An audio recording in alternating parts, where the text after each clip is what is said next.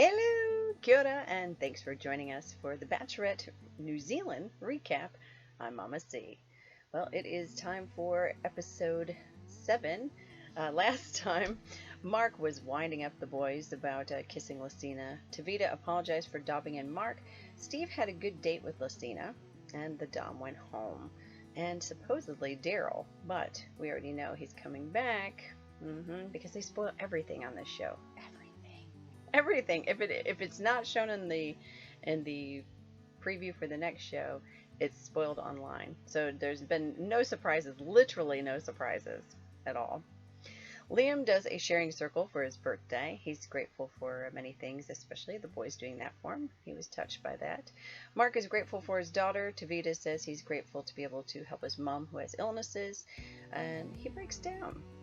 Lily is going on a date with Quinn. She really likes spending time with him. Quinn and Lily go dirt biking. He's able to keep up with her. She's impressed. They sit down in a shed that's made to look really romantic. It is cool. And he's just grinning so hard.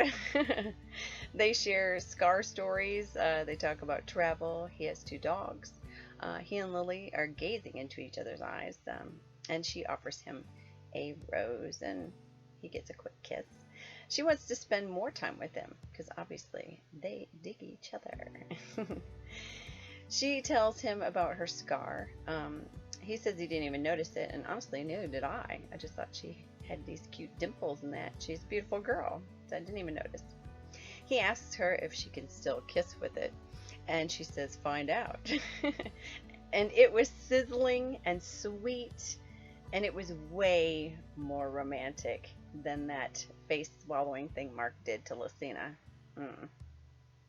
Lily is giddy following her date. Yeah, so she had a great time. Kurt, George, Flynn, Connor, and Terrence have a challenge. They get $200 to plan a date and be back by a certain time.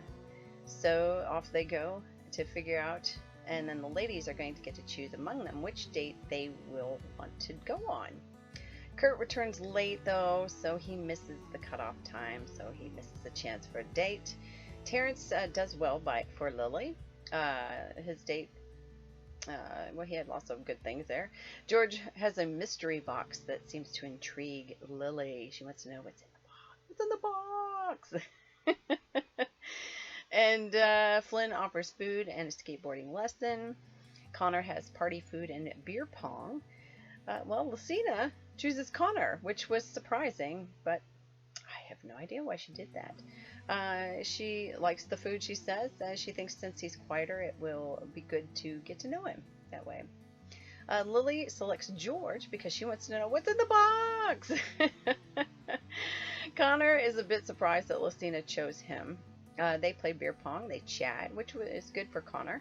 Lucina says he was a bit more relaxed, and it was good. Lucina says he is definitely more suited to Lily, and he doesn't get a rose from her.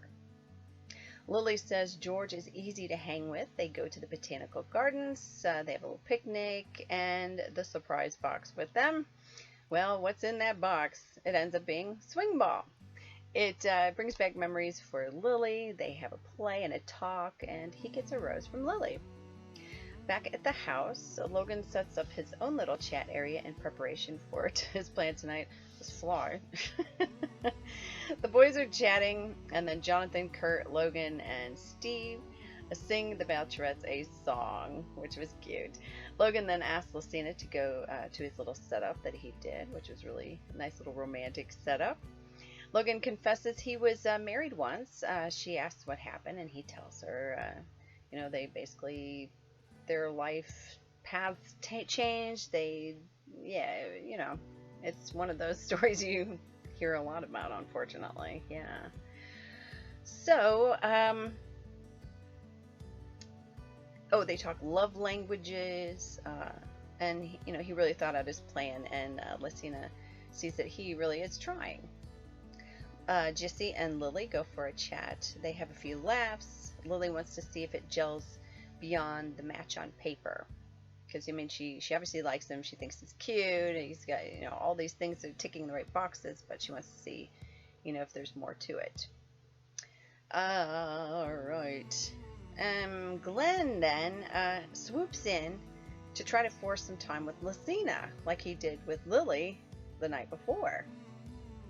Lucina calls him on it, basically.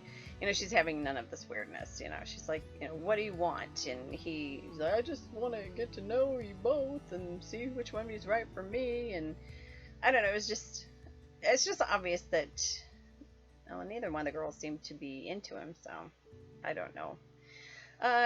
Poor Glenn, he can't seem to express himself, but Lucina makes it clear she is not interested and she wants to get back to her other conversation. Lucina wants to find out what is up with the whole Mark thing. Mark sounded rehearsed when she talked to him. She asks if she can bring Tavita in, which, it's a bit awkward, but, she wants to get to the bottom of things. Tavita apologized for what he said about Mark. Now, remember, he already apologized to Mark, but he apologizes to Lucina, and he admits to being jealous, which we knew was the case. Mark seems moody. Here's my question. What is the story behind Mark? He's got a child.